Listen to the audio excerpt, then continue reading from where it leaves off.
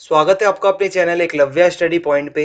और मेरा नाम है सचिन और आज की इस वीडियो में हम पढ़ने वाले हैं क्लास 12th की फिजिकल एजुकेशन का चैप्टर नंबर 4, जिसका नाम है दिव्यांगों के लिए शारीरिक शिक्षा और खेलकूद। ठीक है, जो दिव्यांग होते हैं उनके लिए शारीरिक शिक्षा और खेलकूद के ऊपर ये पूरा चैप्टर होने वाला है। तो आइए स्टार्ट करते हैं। तो सबसे पहले सिलेबस की बात अगर करें तो आपको बता दूं, आपका ये चैप्टर का नाम physical education and sports for दिव्यांग। ठीक है, इनके लिए ये जो है पूरा चैप्टर है। और इसके लिए जो सिलेबस है आपको पहले बता दूं इंग्लिश में। तो concept of disability, disorder, types of disability, इसके कॉजेज, इसके नेचर, और cognitive disability, intellectual disability, physical disability, और डिसऑर्डर्स के टाइप कितने होते हैं, इनके कॉज और नेचर, जैसे कि एडीएचडी, एसपीडी, एएसडी, ओडीडी और ओसीडी, और डिसेबिलिटी इटिक्वेट्स, और strategies to make physical activities accessible for children with special need, यानी कि विशेष जरूरतों वाले जो बच्चे होते हैं उनके लिए शारीरिक शिक्षा के ऊपर आज हम पढ़ेंगे। और हिंदी में अगर हम सिलेबस की बात करें इस चैप्टर के लिए तो वो है अक्षमता की अवधारणा, उसके बाद हम विकार की अवधारणा के बारे में पढ़ेंगे, अक्षमता के प्रकार पढ़ेंगे और अक्षमता के कारण पढ़ेंगे, उसकी प्रकृति को समझेंगे, संज्ञानात्मक अक्षमता, बौद्धिक अक्षमता और शारीरिक अक्षमता पढ़ेंगे, और विकार के प्रकार पढ़ेंगे, कितने प्रकार के विकार होते हैं, विकारों के कारण क्या होते हैं, प्रकृति पढ़ेंगे उनकी, एडीएचडी, एसपीडी, एएसडी, ओडीडी और ओसीडी विकार पढ़ेंगे, और अक्षमता शिष्टाचार के बारे में पढ़ने वाले हैं, और दिव्यांग बच्चों के लिए शारीरिक गतिविधियों का निर्धारण करने के लिए क्या रणनीतियां होती हैं वो हम पढ़ेंगे। तो आपको बता दूं ये पार्ट फर्स्ट है इस वीडियो का। पार्ट फर्स्ट में हम विकारों तक ही पढ़ेंगे और लास्ट के जो दो टॉपिक है इसको हम पार्ट सेकंड में अपना कवर करेंगे। तो आइए स्टार्ट करते हैं। आज का जो हमारा पहला टॉपिक है वो है अक्षमता की अवधारणा, कंसेप्ट ऑफ डिसेबिलिटी। तो इसमें हम अक्षमता के बारे में समझेंगे, आखिर ये अक्षमता का अर्थ क्या होता है। ठीक है, डिसेबिलिटी जो होती है इसका मतलब क्या होता है। तो अक्षमता का अर्थ होता है क्षमता की कमी होना। आपने एक वर्ड सुना होगा फिजिकली डिसेबल्ड। जैसे आप मेट्रो में जाते हैं तो वहां पर भी एक सीट रिजर्व होती है कि आपने देखा होगा कि मतलब फॉर फिजिकली डिसेबल्ड, या आप अगर कभी बस में ट्रेवल करते हैं तो वहां भी लिखा होता है फिजिकली डिसेबल्ड। तो इसका मतलब होता है कि क्षमता की कमी होना। ठीक है, जैसे एक नॉर्मल व्यक्ति के अंदर जो क्षमता होती है उसकी तरह वो व्यक्ति काम नहीं कर पाता। मतलब किसी भी कार्य को, मतलब कोई भी अगर कोई व्यक्ति वर्क करता है तो उसको वो नॉर्मल व्यक्ति की तरह, नॉर्मल पर्सन की तरह ना कर पाना, वही उसकी अक्षमता यानी कि डिसएबिलिटी कहलाती है। ठीक है, वो एबल नहीं होता उस चीज को करने के लिए। तो अक्षमता कई प्रकार की होती है। एक होती है संज्ञानात्मक अक्षमता, बौद्धिक अक्षमता और शारीरिक अक्षमता। अब इन तीनों के बारे में मैं आपको बताऊंगा तो आपको समझ में आ जाएगा। सबसे पहले जो है वो है संज्ञानात्मक अक्षमता, जिसको हम कहते हैं कॉग्निटिव जो है आपकी डिसेबिलिटी। तो ये संज्ञानात्मक जो क्षमता होती है ये हमारी मानसिक स्वास्थ्य से जुड़ी हुई एक बीमारी होती है। ठीक है, हमारे मस्तिष्क से यानी कि हमारे दिमागी एक बीमारी होती है जिसमें जो इंसान होता है उसको सीखना, कुछ भी याद रखना तथा और कुछ भी छोटी छोटी समस्याएं जो होती हैं उनको वो सुलझा नहीं पाता। मतलब दिमाग में बहुत ज्यादा कंफ्यूजन आ जाती है और कहीं ना कहीं ये हमारे पूरे दिमाग से जुड़ी हुई एक बीमारी है। और क्या होता है, अगली जो अक्षमता होती है वो होती है इंटेलेक्चुअल यानी कि बौद्धिक अक्षमता। इसमें क्या होता है, ये भी मानसिक हेल्थ से यानी हमारे मेंटल हेल्थ से ही जुड़ी हुई एक विकलांगता होती है। ठीक है, इसमें क्या होता है कि हम जो डेली के, एक नॉर्मल व्यक्ति जो अपने डेली के काम करता है, वो जो व्यक्ति होता है जिसको बौद्धिक अक्षमता होती है वो अपने डेली के काम नॉर्मल व्यक्ति की तरह नहीं कर पाता। इसमें क्या होता है, उसको गिनती में परेशानी होती है, किसी भी चीज को गिनने में, पढ़ने में परेशानी होती है, शब्दों के अर्थों में परेशानी होती है, किसी की भाषा को समझने में दिक्कत होती है। तो ऐसे में क्या होता है कि थोड़ी बौद्धिक अक्षमता रहती है उस व्यक्ति को। और क्या होता है, शारीरिक अक्षमता, ये शायद आपको अच्छे से समझ में आ जाए। इसमें क्या होता है, शरीर को क्षति, किसी शरीर के किसी अंग में अगर नुकसान पहुंच जाए और जिससे वो अपने दैनिक प्रक्रिया यानी कि जो डेली एक्टिविटीज अपनी वो ना कर पाए, तो इसको हम फिजिकली उसकी अक्षमता कहेंगे। जैसे कि अंधापन आ जाना, मान लो किसी की दुर्घटना में किसी प्रकार की किसी की आंख की रोशनी चली गई, तो ऐसे में उसके शरीर के अंग को क्षति पहुंचेगी जिससे वो अपने डेली के काम सही से नहीं कर पाएगा। या किसी को आंशिक अंधापन हो जाए। ठीक है, किसी किसी को क्या होता है कि कुछ कुछ पार्ट से मतलब जो आंखें होती हैं उसमें कभी कभी तो मतलब दिखाई देता है और मतलब पूरी तरीके से क्लियर नहीं दिखाई देता। ठीक है, आंशिक होता है वो। और सुनने में अगर दिक्कत हो, किसी को बहरेपन की समस्या हो, तो वो इसमें आता है। ठीक है, तो शारीरिक अक्षमता आपने ये जो है देखा भी होगा इसका एग्जाम्पल अपने आसपास। अब हम देखते हैं जो ये अक्षमता होती है इसके क्या कारण हो सकते हैं। ठीक है, कॉजेज ऑफ डिसेबिलिटी। पहला होता है अनुवांशिक कारक। इसमें आता है कि अगर आपके परिवार में आपके माता पिता को किसी प्रकार की अक्षमता रही हो, चाहे वो संज्ञानात्मक हो चाहे वो शारीरिक हो, ठीक है, अगर किसी भी प्रकार की अक्षमता रही हो तो ज्यादातर चांसेस होते हैं जो उनकी आने वाली संतान होगी, जो बच्चे होंगे, उनको भी वो अक्षमता हो सकती है, चाहे वो दिमाग से जुड़ी हुई क्यों ना हो। ऐसे एग्जाम्पल आपने अपने आसपास भी देखे होंगे कि अगर कोई व्यक्ति ऐसा है जिसको दिमागी कोई समस्या रहती हो, या कोई व्यक्ति ऐसा है जिसको सुनने में कोई ज्यादा समस्या रहती हो लंबे समय से, और उसके परिवार में ही ऐसी समस्या हो, तो हो सकता है उसके आने वाली जो पीढ़ी होगी उसमें भी वो समस्या आ सकती है। और एक कारण और होता है, उसको हम कहते हैं दुर्घटना। दुर्घटना यानी कि कोई ऐसी बुरी घटना जिसमें क्या होता है कि आजकल जो हमारी जिंदगी है, ठीक है, वो बहुत ज्यादा भागा दौड़े वाली है और हमें कोई भरोसा नहीं है कि किसी के साथ कोई भी दुर्घटना हो सकती है। तो अगर ऐसी दुर्घटना हो जाए, मान लो कोई एक्सीडेंट हो गया, ऐसे में भी हमारे शरीर का कोई अंग कट सकता है, ठीक है, किसी अंग को नुकसान पहुंच सकता है, तो या हमारे पैरों पर चोट आ सकती है। तो इससे क्या होगा, हमारे डेली के काम कहीं ना कहीं हम अपने डेली काम जो एक नॉर्मल व्यक्ति करता है उसकी तरह नहीं कर पाएंगे। एक और जो चीज होती है उसको हम कहते हैं कुपोषण, अगर आपने सुना हो, जिसको माल न्यूट्रिशन भी कहा जाता है।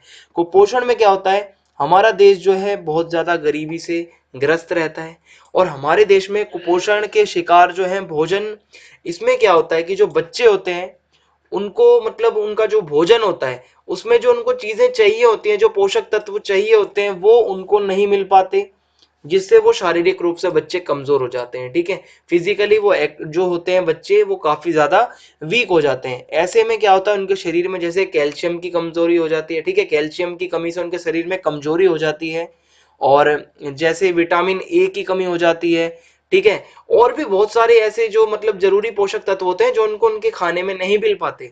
तो इससे क्या होता है, कुपोषण हो जाता है, और कुपोषित बच्चा जो होता है उसको अक्षमता का फिर सामना करना पड़ सकता है। तो ये भी एक कारण होता है। एक कारण होता है गरीबी। अब ये गरीबी कैसे हो सकता है आपको बताता हूं। ये जो है अक्षमता का एक सबसे बड़ा कारण है, क्योंकि आपको बताऊं कि जो गरीब व्यक्ति होता है वो मतलब उसको अक्षमता होने के चांस बहुत ज्यादा होते हैं, क्योंकि मान लो कि अगर वो गरीब व्यक्ति जो है उसका घर एक तो ज्यादा साफ सुथरा नहीं होता, ठीक है, अगर कोई बहुत ज्यादा ही गरीब है, साफ सफाई पे वो अपना इतना ज्यादा ध्यान नहीं देता, तो उसका जो जीवन होता है काफी ज्यादा बुरी हालत में जो है गुजरता है। जो एक मूलभूत चीजें गरीब को चाहिए हो, ठीक है, वो कभी कभार उसको नहीं मिल पाती, ठीक है, रोटी कपड़ा मकान जल, ये जो हमारी मूलभूत सुविधाएं होती हैं, अगर ये चीज नहीं मिल पाती तो कहीं ना कहीं जो गरीब व्यक्ति होता है वो बीमारियों से घिर जाता है। और जब वो बीमारियों से घिर जाता है और उसके पास फिर पैसे नहीं होते उसको इलाज कराने के, तो ऐसे में क्या होता है कि वो व्यक्ति बहुत ज्यादा बीमार हो जाता है। और अगर उस घर में किसी महिला मतलब कोई गरीब घर में कोई महिला हो, ठीक है, और फिर उसको पूरे पोषक तत्व ना मिल पाए, तो आने वाली जो उस महिला की संतान होगी, हो सकता है उसको भी अक्षमता का सामना करना पड़े, क्योंकि उसको जो एक पोषक तत्व चाहिए थे वो कहीं ना कहीं नहीं मिल पाएंगे। और अगला एक और कारण हो सकता है जिसको हम कहते हैं संक्रामक बीमारियां, ठीक है, जो इन्फेक्शियस जो बीमारियां होती है हमारी। तो ऐसे में क्या होता है कि जो बहुत सारे ऐसी इन्फेक्शियस बीमारी होती है जो हमारी इम्यूनिटी को काफी ज्यादा लो कर देती है, और ठीक है, अगर जो छोटे बच्चे होते हैं उनका सही ढंग से ध्यान ना रखा जाए, तो ऐसे में क्या होता है, उनको संक्रामक बीमारियां, इन्फेक्शन वाली जो बीमारियां होती हैं वो बहुत ज्यादा मतलब होने के चांसेस बढ़ सकते हैं, ठीक है। जैसे जो पोलियो की दवा होती है, अगर उसको हम सही समय पर बच्चे को ना पिलाएं तो बच्चा जो है उसको पोलियो होने की संभावना बढ़ सकती है। एक और कारण होता है, इसका कारण वो ये है कि नाभिकीय दुर्घटना, यानी कि कोई न्यूक्लियर, ठीक है, न्यूक्लियर कोई ऐसी दुर्घटना हो जाए, नाभिकीय कोई एक्सीडेंट हो जाए। जैसे आपको पता है कि अमेरिका, अमेरिका का एग्जाम्पल आपको बहुत अच्छे से पता होगा। अमेरिका ने जो परमाणु बम गिराए थे जापान पे, ठीक है, और उसका असर आज तक हमें देखने को मिलता है। और वहां के जो बच्चे पैदा होते हैं, ठीक है, जो उस एरिया के बच्चे पैदा होते हैं उनको बहुत सारे जो है एक तरीके से जो डिसऑर्डर्स होते हैं, बहुत सारी बीमारियां होती हैं, बहुत सारी अक्षमताएं होती हैं, उनका सामना उन्हें कहीं ना कहीं करने को मतलब मिलता है। और कहीं ना कहीं उनके मानसिक रूप से वो बहुत ज्यादा बीमार हो जाते हैं, या शारीरिक रूप से उनको कोई ना कोई नुकसान पहुंचता है। तो ये जो परमाणु बम अमेरिका ने 1945 में जो मतलब डाला था, उसका असर आज तक हमें देखने को मिलता है। तो ये एक अक्षमता का एक और कारण है। अब अगला जो हमारा टॉपिक है वो है अक्षमता की प्रकृति, यानी कि अक्षमता का नेचर कैसा है। तो आपको बता दूं, जो अक्षम व्यक्ति होता है, जो डिसेबल व्यक्ति होता है, उसको समाज में जो है दया भाव से देखा जाता है, यानी कि दूसरे जो लोग होते हैं, नॉर्मल लोग होते हैं, उनसे कहीं ना कहीं उनको अलग करके देखा जाता है। उनको मतलब वो व्यक्ति भी चाहते हैं कि हमें नॉर्मलों की, जो मतलब एक जो सामान्य व्यक्ति होते हैं, नॉर्मल लोग होते हैं, उनकी तरह ही देखा जाए। पर कहीं ना कहीं जो समाज होता है उसका नजरिया अलग होता है।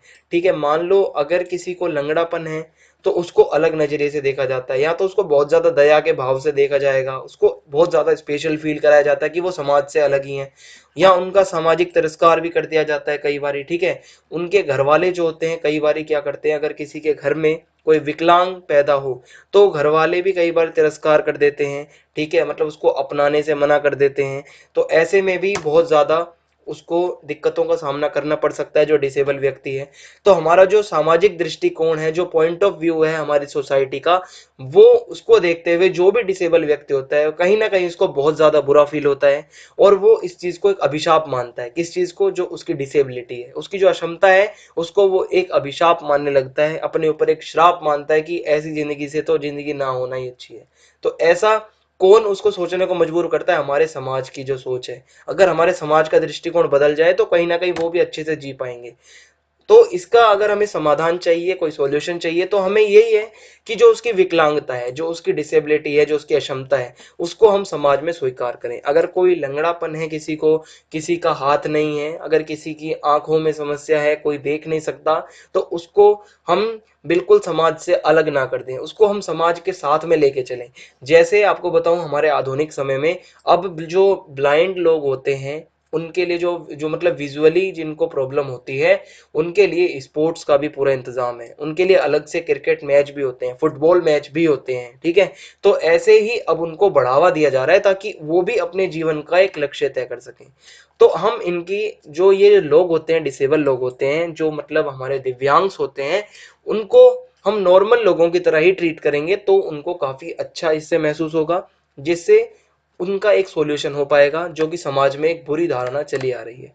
अगला टॉपिक है हमारा विकार की अवधारणा। विकार क्या होता है? मैंने आपको अभी अक्षमता के बारे में समझाया, डिसेबिलिटी के बारे में समझाया, मतलब किसी काम को हम ना कर पाना, जो हमारा डेली का काम होता है, कोई ना कोई दिक्कत हमारे शरीर के अंदर आ जाना, हमारे मानसिक तौर पर कोई दिक्कत आ जाना।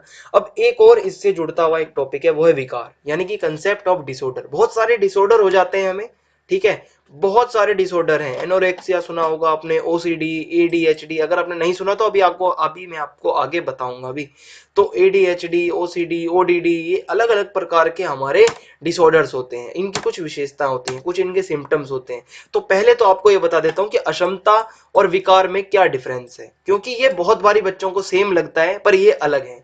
अक्षमता का मतलब ये होता है कि हम कोई भी काम को अगर करते हैं तो उसको करने की क्षमता ना होना हमारे पास। मतलब जो नॉर्मल व्यक्ति कोई काम करता है, जैसे कोई नॉर्मल व्यक्ति तेज भागता है, पर जो अक्षम व्यक्ति है, मान लो उसकी टांग नहीं है, किसी दुर्घटना में उसकी टांग चली गई, तो वो उस काम को नॉर्मल व्यक्ति की तरह नहीं कर पाएगा। लेकिन विकार का मतलब होता है कि आपके कोई भी काम में रुकावट आना, किसी चीज की रुकावट आ जाना। ठीक है, यहां पर तो वो अंग ही नहीं है, मतलब हमें शारीरिक रूप से या कोई भी काम करने से हम अक्षम होंगे, पर ये जो विकार होगा, जो डिसऑर्डर होगा, ये कुछ समय के लिए होता है। ठीक है, मतलब ये परमानेंट नहीं होता, इसका मतलब इलाज संभव है। और ये अक्षमता जो है, इसमें क्या होता है कि किसी भी प्रकार से व्यक्ति नॉर्मल फिर नहीं हो सकता। मान लो अगर किसी की आंखों की रोशनी पूरी तरीके से चली गई तो उसकी आंखें जो है फिर उसको नॉर्मल करना बहुत मुश्किल होता है। किसी की एक्सीडेंट में टांग चली गई तो उसको वापस टांग तो कोई नहीं दे सकता, फिर वो आर्टिफिशियल ही लग सकती है। तो मतलब अक्षमता में जो चीज होती है उसको वापस नॉर्मल होने में मतलब कोई इसकी उम्मीद नहीं होती, जबकि विकार जो है इसको नॉर्मल किया जा सकता है। विकार से अगर कोई ग्रसित होता है तो विकार जो है उसको नॉर्मल होने की संभावना होती है। अक्षमता जो होती है शरीर के किसी भी हिस्से में हो सकती है। ठीक है, हमारे शरीर में किसी भी बॉडी पार्ट में क्षमता आ सकती है। मान लो हमें बहरापन हो गया, या फिर जो है हमारी आंखों की रोशनी चली गई, या हमारे हाथ जो हैं वो किसी दुर्घटना में कट जाए या कुछ ऐसा हो जाए। ठीक है, हमारे पैर जो हैं वो किसी दुर्घटना में कट जाए, कोई एक्सीडेंट हो जाए, तो ऐसे में किसी भी शरीर के हिस्से में अक्षमता हो सकती है। जबकि विकार जो होते हैं, जो डिसऑर्डर होते हैं, हमारे तंत्रिका तंत्र से, हमारे नर्वस सिस्टम से जुड़े हुए होते हैं। और अक्षमता के उदाहरण है, जैसे मैंने आपको अभी बताया, शारीरिक अक्षमता, बौद्धिक अक्षमता और संज्ञानात्मक अक्षमता।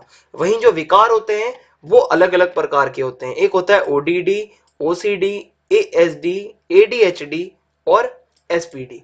अब इन चारों पांचों को मैं आपको एक एक करके समझाऊंगा और आपको बहुत अच्छे से समझ में आ जाएगा, आप ध्यान से सुनना। तो सबसे पहले आपको एक कंसेप्ट बता देता हूं उसका, विकार का, कि विकार आखिर होता क्या है। तो विकार का अर्थ होता है कि किसी भी सामान्य कामकाज को ना कर पाना। देखो, ये भी आपको कहीं ना कहीं जो है उसी से मिलता हुआ दिखेगा, जो डिसेबिलिटी है, ठीक है, अक्षमता से मिलता हुआ ही लगेगा, पर ये अलग है। इसमें क्या होता है कि हम अपने नॉर्मल कामकाज जो होते हैं उसको नहीं कर पाते, क्योंकि हमें कोई ना कोई, मतलब हमारे कार्य के अंदर कोई ना कोई रुकावट आती रहती है, कोई ना कोई क्षमता जो होती है हमारी करने की, उसमें बाधा आती रहती है, ठीक है। तो ऐसे में क्या होता है, जो विकार होता है वो शुरुआत में, जब हमें कोई भी विकार होता है तो वो नॉर्मल सा दिखता है, लेकिन धीरे धीरे वो विकार बहुत ज्यादा घातक होता चला जाता है और बहुत ज्यादा खतरनाक होता चला जाता है। कोई भी डिसऑर्डर अगर हमें होता है, अगर हम उसे टाइम से उसका ट्रीटमेंट ना करें। तो आपको कुछ जो है डिसऑर्डर्स के नाम बताऊंगा। पहला है एडीएचडी, ठीक है। दूसरा है आपका जो डिसऑर्डर एएसडी, तीसरा जो है वो है ओडीडी, और चौथा है एसपीडी, पांचवा है ओसीडी। तो एक एक करके हम इन सब की विशेषताएं पढ़ेंगे और आपके एग्जाम में जो क्वेश्चन आएगा मैं आपको बताता हूं, इस तरीके से आ सकता है। एडीएचडी जो विकार है, इसके लक्षण और इसके कारण बताओ। एसपीडी विकार है, इसके लक्षण और इसके कारण बताओ। एएसडी जो है, इसके लक्षण और कारण बताओ। ओडीडी के लक्षण और कारण बताओ। ओसीडी के लक्षण और कारण बताओ। तो सारे आपको लक्षण, सारे कारण आपको मैं बता दूंगा, जो कि आप पेपर में लिख पाओगे और आपको नंबर पूरे पूरे मिल जाएंगे। तो पहला विकार है एडीएचडी। अब ये जो एडीएचडी विकार है, आप इसको, इसका नाम बस याद रखिए, एडीएचडी। ये जो विकार है ये हमारा मस्तिष्क से जुड़ा हुआ एक डिसऑर्डर होता है, हमारे मेंटली जो है ये एक डिसऑर्डर होता है। इसमें क्या होता है कि ये किसी को भी हो सकता है, लेकिन ये जो विकार है बच्चों को ज्यादा होता है, जो छोटे बच्चे होते हैं उनको होने का खतरा ज्यादा होता है।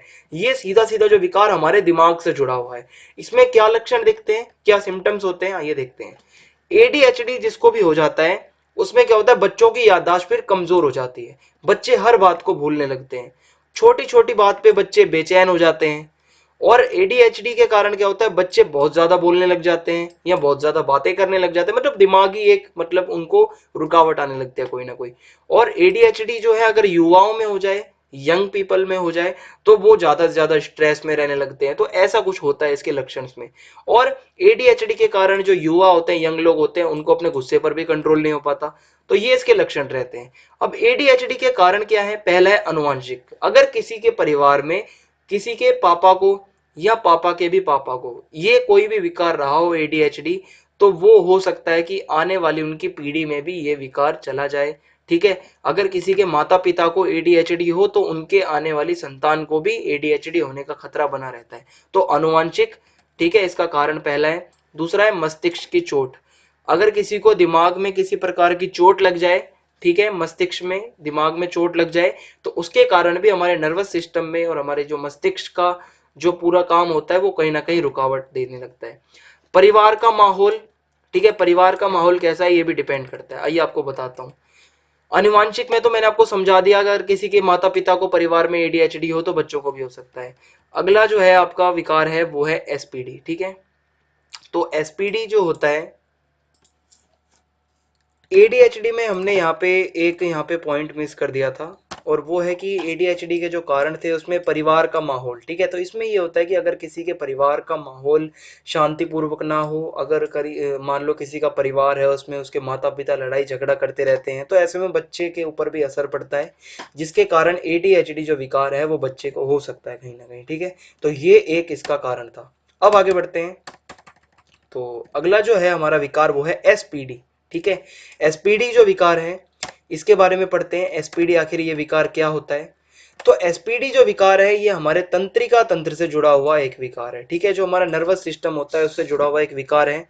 और इसमें जो हमारा तंत्रिका तंत्र होता है, ठीक है, जो हमारा सेंसरिंग जो प्रोसेस होता है कहीं ना कहीं वो बाधित होता है।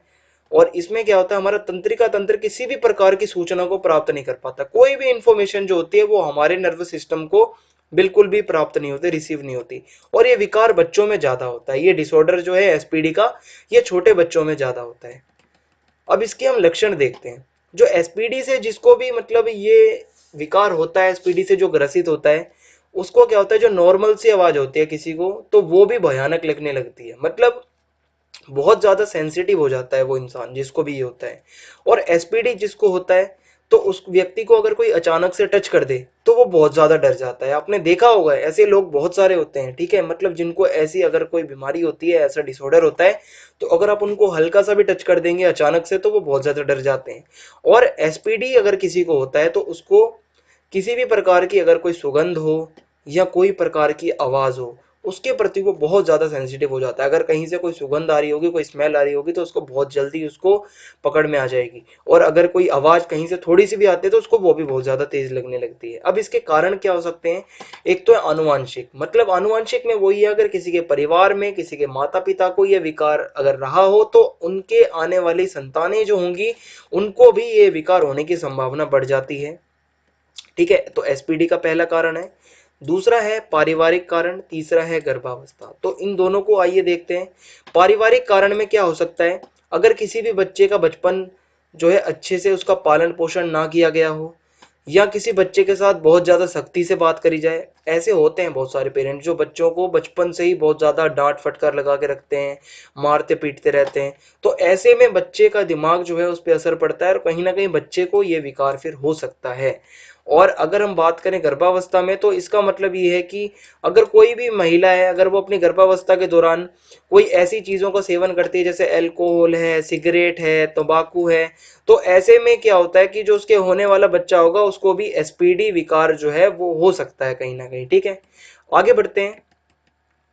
अगला विकार है एएसडी। आपको ऐसे ही इतनी ही विशेषताएं आपको अपने एग्जाम में लिखनी है। एएसडी जो विकार होता है, इसकी विशेषताएं देखते हैं। एक तो क्या होता है इसके अंदर, एएसडी एक ऐसा विकार होता है जिसके अंदर जो व्यक्ति होता है वो समाज में किसी के साथ भी घुल मिल नहीं पाता, मतलब अकेला अकेला सा रहता है। और उसको मतलब लोगों के साथ उठने बैठने में हिचक सी होती है, अपने अपने में बस वो मस्त रहता है इंसान, मतलब अपने अंदर ही अंदर रहता है, समाज में लोगों से ज्यादा बातचीत नहीं करता।